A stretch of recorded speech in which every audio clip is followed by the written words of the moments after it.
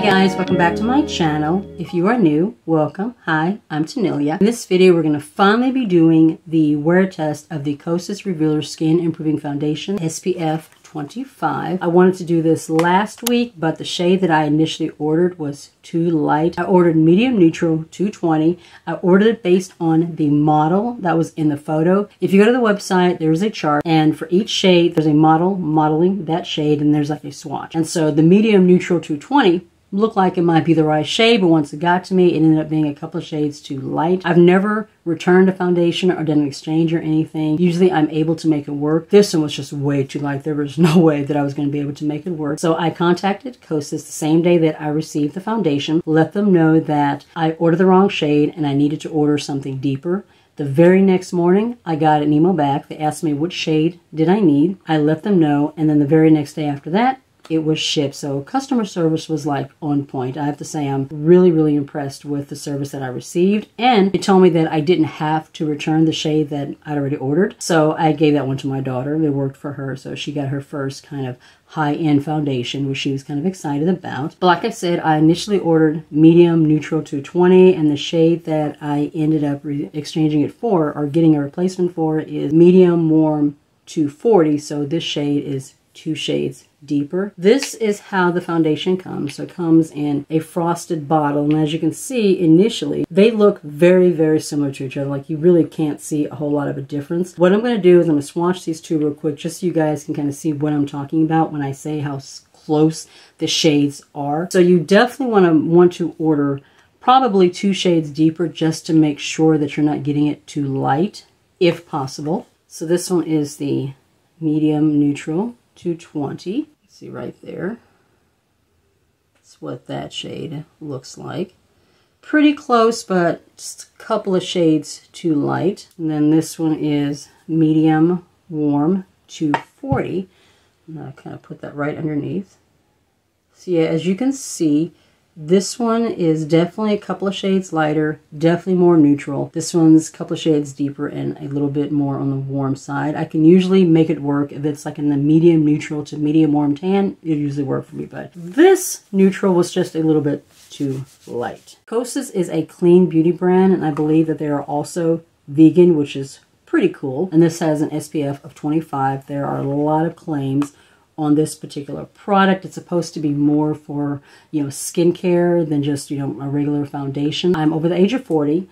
Today is Monday the 7th, March 7th. On March 12th, on this Saturday, I will be 46 years old. I cannot believe I'm actually almost 50 years old. I also have oily skin, so we're going to be testing this out on over 40 skin that's also oily. The only thing that I have on my skin right now is my skincare and like my oil control cream. I didn't do any primer or anything like that. I'm actually going to stretch this wear test over a few days. So today, no primer, just the foundation. I am going to do concealer and setting powder. I do have oily skin. I do have to set with powder. And then I may try it out with a couple of different primers and setting powders over the next couple of days just to kind of see what the results are. I figured doing this over a few days will help give me a better review of the product as opposed to just using it once. So the first thing I'm going to do is I'm just going to apply it to one half of the face, just kind of get an idea of the coverage and also to see how well this shade is matching to my actual skin tone. And then I'm going to finish off the rest of the foundation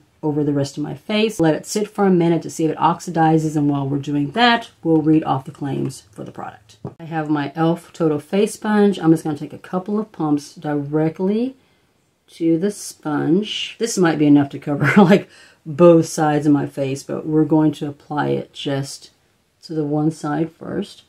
Okay, yeah, that is definitely a much better match. As you can see, that's blending into my neck very well.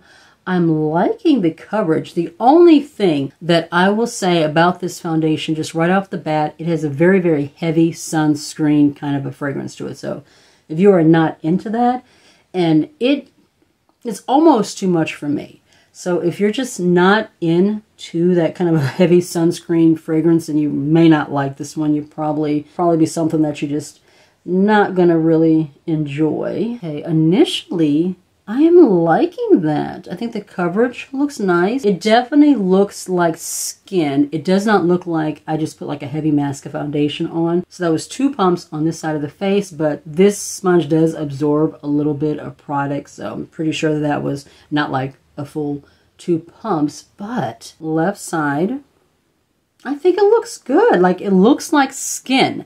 I don't look like I just put a heavy mask of foundation on. So far, I am impressed. This definitely is a much better shade match than the medium neutral 220 was. Once again, this is medium warm 240. So now what we're going to do is I'm going to apply it to the rest of the face. I'm going to give it a couple of minutes to see if it oxidizes, and then while we're waiting for it to oxidize, I'm going to read off the claims for this exciting new product. All right, so now it has been applied over the entire face, and so far I am liking it. I'll throw on my reading glasses here so I can read these claims.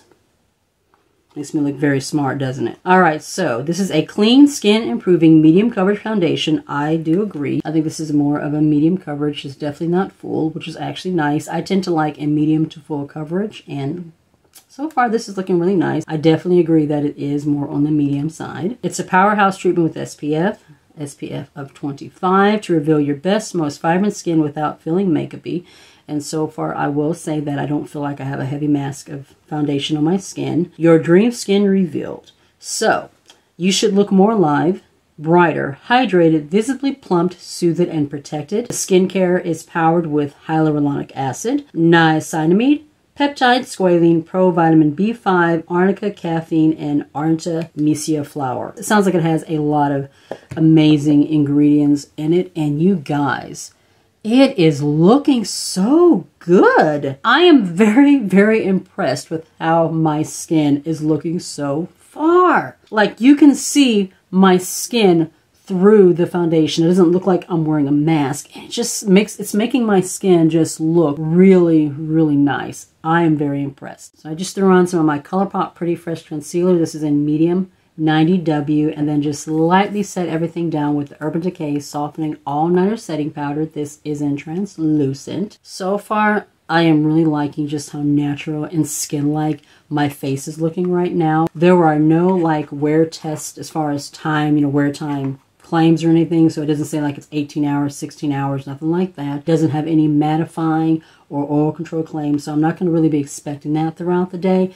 Mainly what I'm looking for is if the foundation is going to break up, if it still looks good throughout the rest of the day. I'm pretty sure I'm going to have some kind of an oily breakthrough come through. I do have oily skin, so mainly I'm just looking at whether or not the foundation looks good as the day goes on. So I am going to film another video, and then I will check back in a few hours. All right, guys, I'm here doing my first check-in. It's about 5:30. I realized I forgot when I started this check-in this morning to tell you guys what time it was when I started. It's about 11:30, so it's been about 6 hours now. I'd wanted to check in a little bit earlier, but we were having some issues with my daughter's car and some other stuff that was going on, so I didn't get to check in earlier. But so far, I would say I am really liking overall the way that my skin is looking. I did have to wear a mask, so there's a little transfer on my nose and my cheeks and stuff, from when I went to the neurologist's office with my son. The foundation didn't have any claims of being transfer resistant or transfer proof or anything like that, so I wasn't expecting that.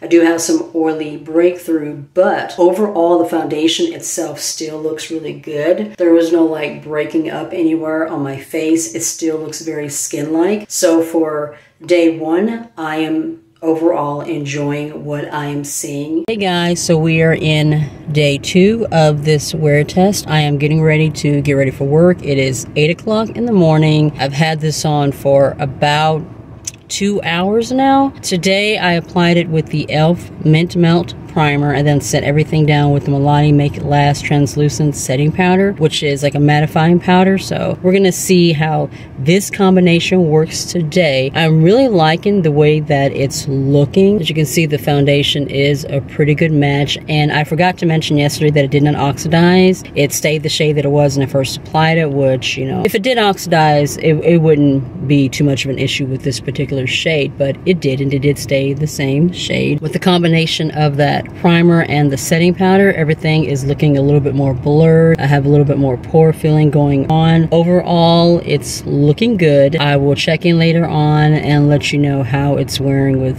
this combination. All right, guys, so we are doing our second check-in for day 2. I don't know, I feel like I'm looking oilier today than I did yesterday. It's been about 8 hours. It's about 3 o'clock now. I've also noticed a little bit more breaking up along the chin area. The only thing that I did differently today than I did yesterday was that Mint Melt Primer from e.l.f. So I'm thinking that it's just not working with this foundation very well, because yesterday on day 1 when I wore the foundation by itself, I wasn't this oily and I did not have any breaking up on the chin that I'm seeing today. So pretty sure that's not the foundation, but that's just the primer not working very well with the foundation. All right, so today is day 4 that I am testing out this foundation. Today I'm using the NYX or Wet n Wild matte primer with the Bay primer.